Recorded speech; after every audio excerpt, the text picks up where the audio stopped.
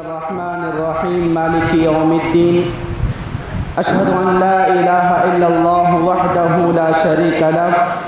وأشهد أن محمدا عبده ورسوله أما بعد فأعوذ بالله من الشيطان الرجيم بسم الله الرحمن الرحيم وأن المساجد لله فلا تدعوا مع الله أحدا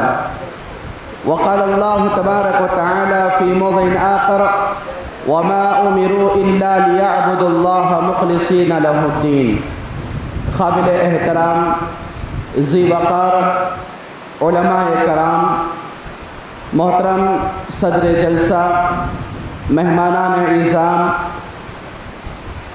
حاضرین جماعت و جمعیت، پردہ نشین خواتین اسلام، الحمدللہ آج ہم تمام لوگوں کے لیے بڑی ہی خوشی و مسرت اور شادمانی کی بات ہے علماء کرام کی ایک کثیر جماعت کی موجودگی میں مسجد اخلاص، جس کی بنیاد سے لے کر چھت تک کے بہت سارے ذمہ داریوں کے مراحل کو طے کرتے ہوئے آج 1 جون 2022 مطابق 30 شوال المکرم 1444 ہجری میں ہم تمام لوگ یہاں پر متجمعی کے اس قصبے کے اندر بیٹھے ہوئے ہیں۔ مسجد کی افتتاحی پروگرام کے سلسلے میں دعا کریں کہ اللہ تبارک و تعالی ہمارے بیٹھنے کو، سننے سنانے کو، آنے جانے کو، انتظامات کے کرنے کو قبول عطا فرمائیں، آمین رب العالمین۔ حاضرین جماعت، جیسا کہ میں اور آپ جانتے ہیں، اللہ کے نبی جناب محمد رسول اللہ صلی اللہ علیہ وسلم مکہ سے جب ہجرت کر کے نکلے، قباء کے مقام پر پہنچے تو جہاں پر آپ کے لیے سب سے پہلے جمعہ کا موقع ادا کرنے کے لیے قباء کے مقام کو پہنچے اور وہیں پر مسجد قباء کے نام سے ایک مسجد کی بنیاد رکھی، اور آگے بڑھتے ہوئے پیارے نبی جناب محمد رسول اللہ صلی اللہ علیہ وسلم نے مسجد نبوی کی بنیاد رکھی۔ تو یہ بات معلوم ہوتی ہے کہ اللہ کے نبی صلی اللہ علیہ وسلم اسلامی معاشرے کی وجود اور اس کی بقا کے لیے سب سے پہلا جو کام کیا وہ مسجد کی بنیاد رکھی، کیونکہ میں اور آپ اپنی دنیاوی زندگی کے اندر دیکھتے ہیں کہ ہم اپنی دنیاوی زندگی کے اندر یہ مساجد اسلامک پارلیمنٹ ہوتے ہیں، اور یہ مساجد دین کے مضبوط قلعے ہوتے ہیں، یہ مساجد امت مسلمہ کے مسائل کے حل کرنے کا بہت ذریعہ، بہت بڑا مقام ہوتے ہیں، اور یہ مساجد جہاں پر اللہ تبارک و تعالیٰ سے انسان کو جوڑنے کا اور تعلقات کے مضبوط کرنے کا بہت بڑا ذریعہ ہوتی ہیں، اور یہ مساجد انسان کو اللہ تبارک و تعالیٰ کی عبادت میں آگے بڑھ کر حقوق اللہ کی ادائیگی کے لیے بہت بڑی ذمہ دار قرار دیے جاتے ہیں، اور یہ مساجد اللہ تبارک و تعالیٰ کے حقوق کے ساتھ ساتھ بندوں کے حقوق کے ادا کرنے کی طرف زور دیتے ہیں، اور یہ مساجد جہاں پر انسان کو اپنی دنیاوی زندگی کے اندر عبادات کا حکم دیتی ہیں، وہیں پر یہ مساجد انسان کو معاملات میں کھرے اترنے کی تعلیم دیتی ہیں۔ اسی لیے مساجد انسان کو اپنی دنیاوی زندگی کے اندر جہاں پر اس کی طرح طرح کی تربیت کا ذمہ دار لیتی ہیں، وہیں پر یہ دنیا کے اندر مساجد میری اور آپ کی روحانی تربیت کے لیے اللہ تبارک و تعالیٰ اس کا وجود بخشا ہے۔ میں اور آپ اپنی دنیاوی زندگی کے اندر آنے کے بعد کھاتے پیتے ہیں، کپڑا پہنتے اوڑھتے ہیں، اور دنیا کے دیگر مصروفیات و مشغولیات کے اندر اپنے آپ کو آگے بڑھا کر اپنی جسم کی نشو نما کرتے ہیں، اپنے جسم کو گورا کرتے ہیں،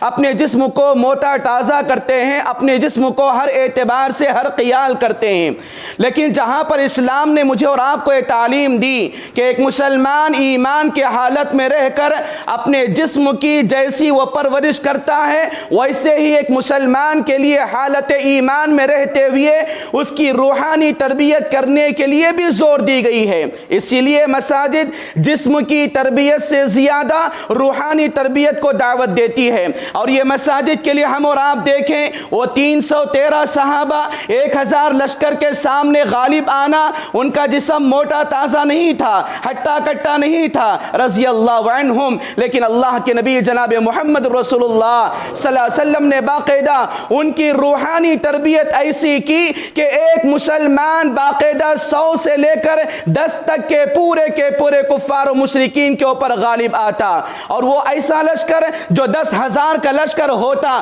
1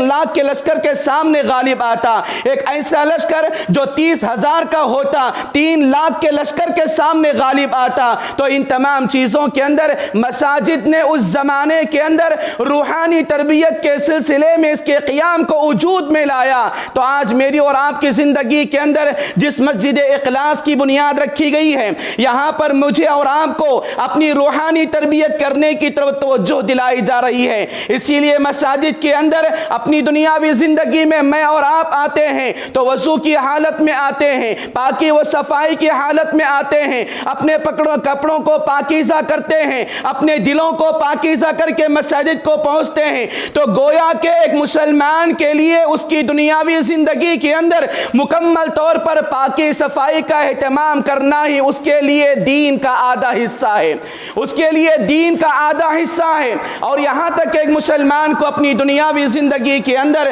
مکمل طور پر یہ اشارہ کیا جاتا ہے کہ جہاں پر ایک مسلمان کو اپنی دنیاوی زندگی کے اندر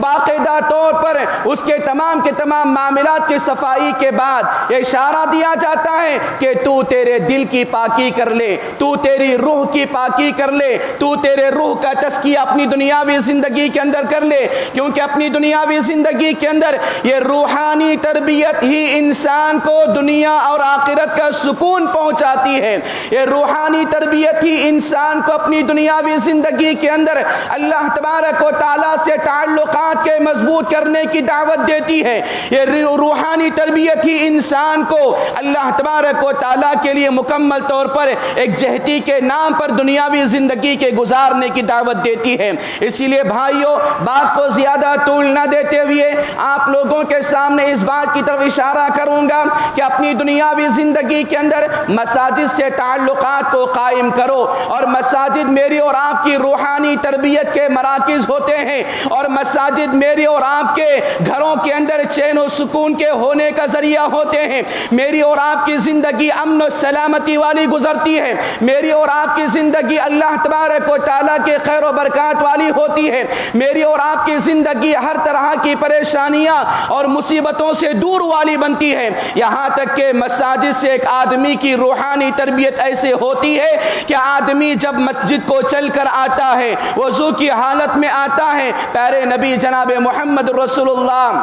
صلی اللہ علیہ وسلم نے فرمایا جب آدمی وضو کی حالت میں مسجد کو آتا ہے فرض کی پابندی کے لیے، نوافل کی پابندی کے لیے، سنن کی پابندی کے لیے، تو ایسی صورت میں اس آدمی کے لیے حج یا عمرے کے برابر کا ثواب دیا جاتا ہے۔ اور اللہ کے نبی جناب محمد رسول اللہ صلی اللہ علیہ وسلم نے فرمایا کہ اگر کوئی آدمی وضو کی حالت میں مسجد کو چل کر آتا ہے، ایک قدم کے بدلے میں اللہ تبارک و تعالیٰ اس کی نیکیوں میں اضافہ کرتا ہے، دوسرے قدم کے بدلے اللہ تبارک و تعالیٰ اس کے گناہوں سے دور کر دیتا ہے۔ بھائیو، ایک آدمی کی روحانی تربیت سے پہلے اس سے بڑا اور کیا مقام ہونا چاہیے کہ اللہ تبارک و تعالیٰ اس کو اس کی نیکیوں میں اضافہ کرے گا اور اس کو اس کے گناہوں سے دور کرے گا۔ گویا کہ انسان گناہوں میں لت پت ہو کر اپنے آپ کو اللہ تبارک و تعالیٰ کا معاصی انسان، اللہ تعالیٰ سے کفر کرنے والا انسان، اللہ کی نعمتوں پر ناشکرہ انسان بنتا جا رہا ہے۔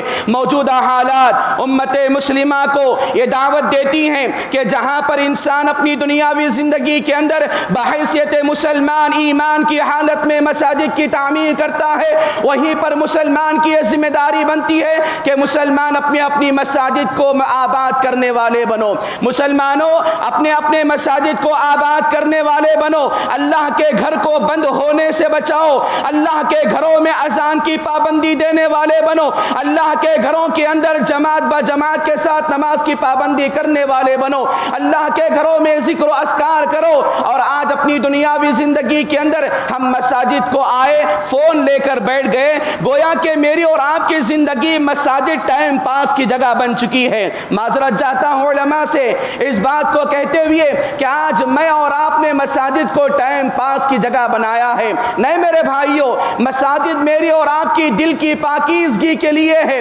میری اور آپ کی روحانی تربیت کے لیے ہے، میری اور آپ کی گناہوں سے دوری کا ذریعہ ہے۔ اور مساجد ایسی ہے کہ اپنی دنیاوی زندگی کے اندر کوئی باپ آئے اپنی بگڑی اولاد کے لیے بیٹھ کر اللہ تبارک و تعالیٰ سے دعا کرے، اللہ تبارک و تعالیٰ اسی مساجد میں اس کی دعا کے قبول کرنے کی خوشخبری سناتا ہے۔ اور ایسا آدمی جو اپنی بیماری کے لیے، اپنی پریشانی کے لیے، اپنی مصیبت کے لیے، اپنی قرض کے لیے، اپنے گھریلو معاملات اور زندگی کے لیے، اپنے ازدواجی زوجیت کے معاملات کو حل کرنے کے لیے اسی مساجد کو آئیں، دعا کریں، ذکر و اذکار کریں، اللہ کے نبی صلی اللہ علیہ وسلم کی حدیث پر عمل کریں، تو مکمل طور پر انسان کو اس کی روحانی سکون، قلبی سکون ایک آدمی کو ملتا ہے۔ اور مساجد جہاں پر میں اور آپ تعلیم دیتے ہیں، بنیاد کو قائم کرتے ہیں، وہیں پر میری اور آپ کی ذمہ داری یہ بنتی ہے کہ مساجد کو مکمل طور پر اپنی دنیاوی زندگی کے اندر تعلیمی مراکز بنائیں،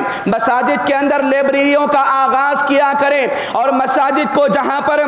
اپنی دنیاوی زندگی کے اندر عبادات کے لیے بنائی جاتی ہیں، وہیں پر مساجد کے اندر ایک چھوٹا سا میڈیکل کیمپ لگائیں، اور مساجد کے اندر لائبریری کے قیام کے ساتھ ساتھ، میڈیکل کیمپ کے قیام کے ساتھ ساتھ سماجک سیوا، ویلفیئر کام کرنے کے لیے باقاعدہ غریب اور یتیم بچیوں کی شادی اور ضرورت مندوں کی ضرورت، یہاں تک کہ مساجد کو موجودہ حالات میں مسافر خانہ بنانا بہت ضروری ہے۔ اسی لیے بھائیوں، اپنی دنیاوی زندگی کے اندر مساجد کی اہمیت کو جانتے ہوئے، اللہ تبارک و تعالیٰ کے لیے حاضر و ناظر جانتے ہوئے اپنی دنیاوی زندگی کے اندر آگے بڑھو، اور اللہ تبارک و تعالیٰ میری اور آپ کی زندگی کے اندر سکون لائے گا، امن و سلامتی لائے گا، چین و سکون لائے گا، برکتوں کو نازل کرے گا۔